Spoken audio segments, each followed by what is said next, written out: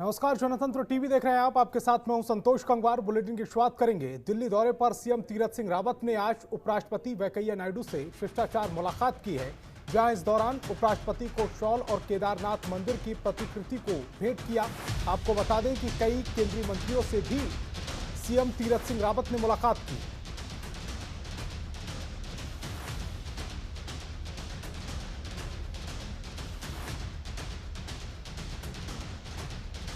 तो ये तस्वीरें हम आपको दिखा रहे हैं, जहां उपराष्ट्रपति वेंकैया नायडू से जब मुलाकात की गई थी तो केदारनाथ मंदिर की, केदारनाथ धाम की प्रतिकृति को उन्हें भेंट किया गया और चारधाम यात्रा के लिए आमंत्रित किया गया।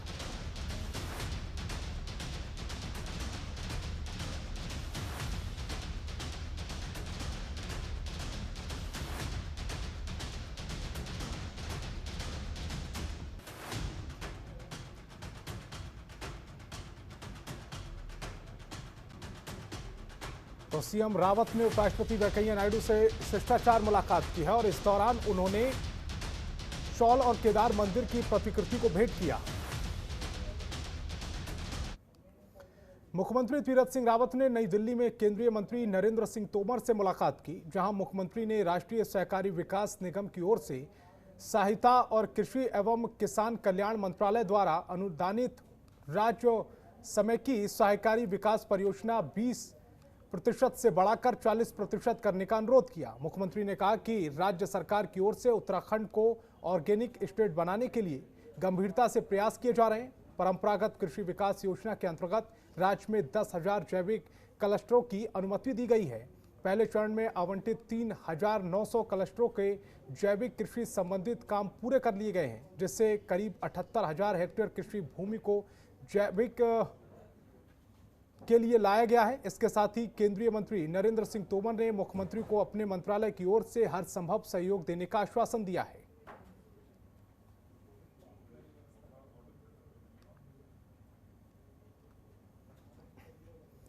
उत्तराखंड के 2 प्रमुख राष्ट्रीय उद्यानों कॉर्पोरेट और राजाजी के चयनित राजस्व गांव के 40 करोड़ की जैव 6 परियोजना शुरू कर दी गई हैं।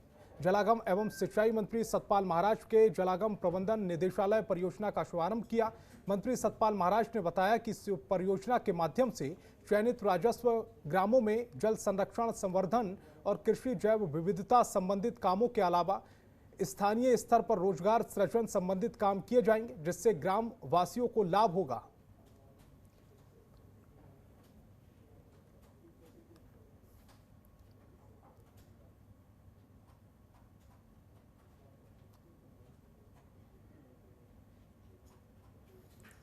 जलागम प्रबंधन निदेशालय की परियोजना का शुभारंभ किया गया है। सिंचाई मंत्री सतपाल महाराज ने इस परियोजना का शुभारंभ किया। इस दौरान ग्रामीणों को कई तरह के लाभ होने की बात कही गई है।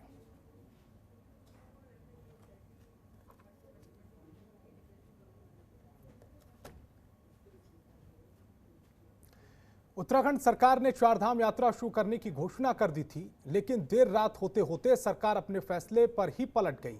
प्रदेश के प्रभारी प्रवक्ता मंत्री सुबोध उनियाल के अनुसार जब देवस्थानम बोर्ड को निर्देश दिए गए कि वो इसको लेकर गाइडलाइन जारी करे, लेकिन पड़ताल हुई तो पता चला कि चारधाम यात्रा को खोले जाने के संबंध में ये मामला कोर्ट में विचाराधीन है।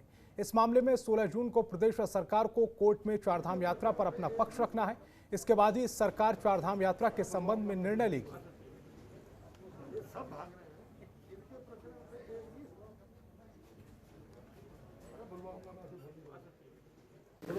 देखिए, चारधाम यात्रा में क्योंकि एसओपी देवस्थानम बोर्ड को जारी करनी होती है। सरकार ने कल मन बनाया था कि हम 3 जनपदों में स्थानीय लोगों के लिए खोल दें, लेकिन देवस्थानम बोर्ड को चूँकि एसओपी जारी करनी होती थी, तब सरकार को अवगत हुआ कि इस समय 16 तारीख को माननीय उच्च न्यायालय में इस संबंध में सुनवाई है, तो इस कारण इसको अभी रोक दिया गया। और दूसरा, लेकिन देवस्थानम बोर्ड को निर्देश दे दिया गया है कि 1 तारीख तक वो सारी तैयारियां पूरी कर ले, क्योंकि यात्रा शुरू होने से पहले क्योंकि लगातार कोविड की स्थिति रही, तैयारियां भी पूर्ण नहीं थी, तो देवस्थानम बोर्ड का सबमिशन ये था कि साहब अभी तैयारियां भी पूरी नहीं है, तो उनको 1 तारीख तक सभी तैयारियों को पूरे कर।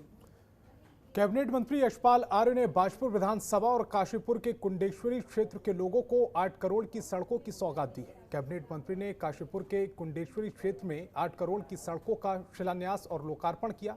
कैबिनेट मंत्री ने क्षेत्र में लिंक मार्गों को शहरों तक जोड़ने के लिए इन सड़कों का निर्माण शुरू करवाया है। इस मौके पर उन्होंने क्षेत्र में कोविड के दौरान आर्थिक रूप से टूट चुके लोगों को राशन भी वितरित किया। यशपाल आर्य ने बताया कि उनके द्वारा क्षेत्र में लगातार सड़कों का जाल बिछाया जा रहा है, जिससे किसी को भी आवाजाही में परेशानी न हो।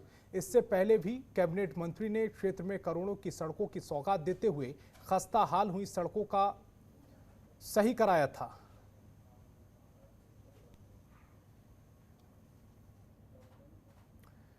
कैबिनेट मंत्री यशपाल आर्य ने आबकारी विभाग के अधिकारियों को निर्देश देते हुए कहा है कि अवैध और कच्ची शराब के कारोबार पर रोक लगाने के लिए अधिकारी अलर्ट हो जाएं। अगर किसी भी क्षेत्र में इस तरह के मामले सामने आते हैं तो कठोर कार्रवाई की जाएगी। यशपाल आर्य ने कहा है कि कई मामले उनके भी संज्ञान में आए हैं, जिस पर कार्रवाई कराई जा रही है। बावजूद इसके अगर कच्ची शराब का कारोबार होता है, रुकता नहीं है, तो जिम्मेदार अधिकारियों के खिलाफ कार्रवाई की जाएगी।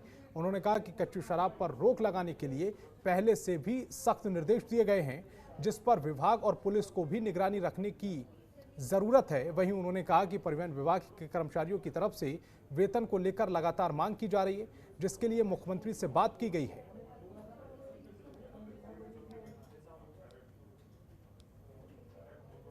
कांग्रेस पार्टी को रुद्रप्रयाग जिले में बड़ा झटका लगा है। कांग्रेस के युवा नेता और रुद्रप्रयाग जिला पंचायत उपाध्यक्ष सुमंत तिवारी ने आम आदमी पार्टी का दामन थाम लिया है। जहां आप प्रदेश प्रभारी और आपके वरिष्ठ नेता कर्नल ने आपकी टोपी पहनाकर और माला पहनाकर पार्टी की सदस्यता दिलाई। इस मौके पर आप प्रभारी ने कहा है कि प्रदेश में पार्टी का जनाधार लगातार बढ़ता जा रहा है और युवाओं का रुझान भी पार्टी की तरफ ज्यादा है। आप पार्टी की सदस्यता ग्रहण करने के बाद सुमंत तिवारी ने कहा है कि कांग्रेस शीर्ष नेतृत्व युवाओं की अनदेखी कर रहा है, जिससे उन्होंने पार्टी छोड़ने का फैसला किया।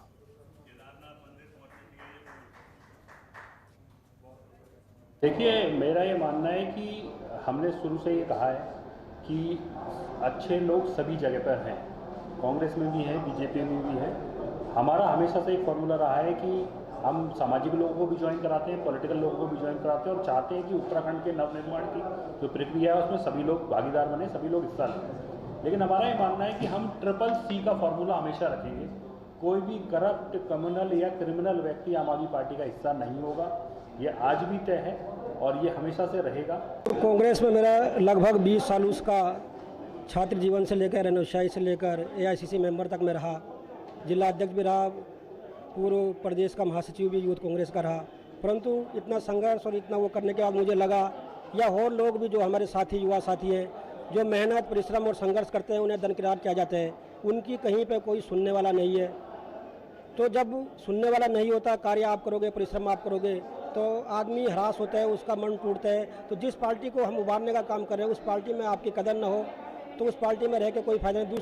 और देहरादून में PMJSUI विभाग की लापरवाही से स्थानीय लोगों को बड़ा नुकसान हो रहा है। अवैध कटान और खनन से बारिश के मौसम में अब स्थानीय लोग परेशान हो रहे हैं।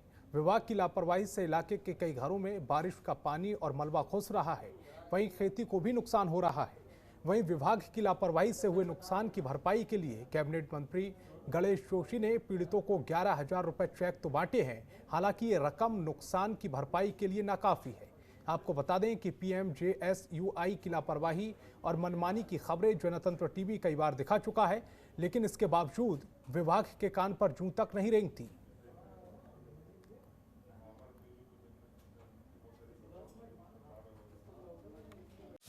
खबरों के निष्पक्ष विश्लेषण के लिए सब्सक्राइब करें Jantantra TV and press the bell icon. Never miss any update.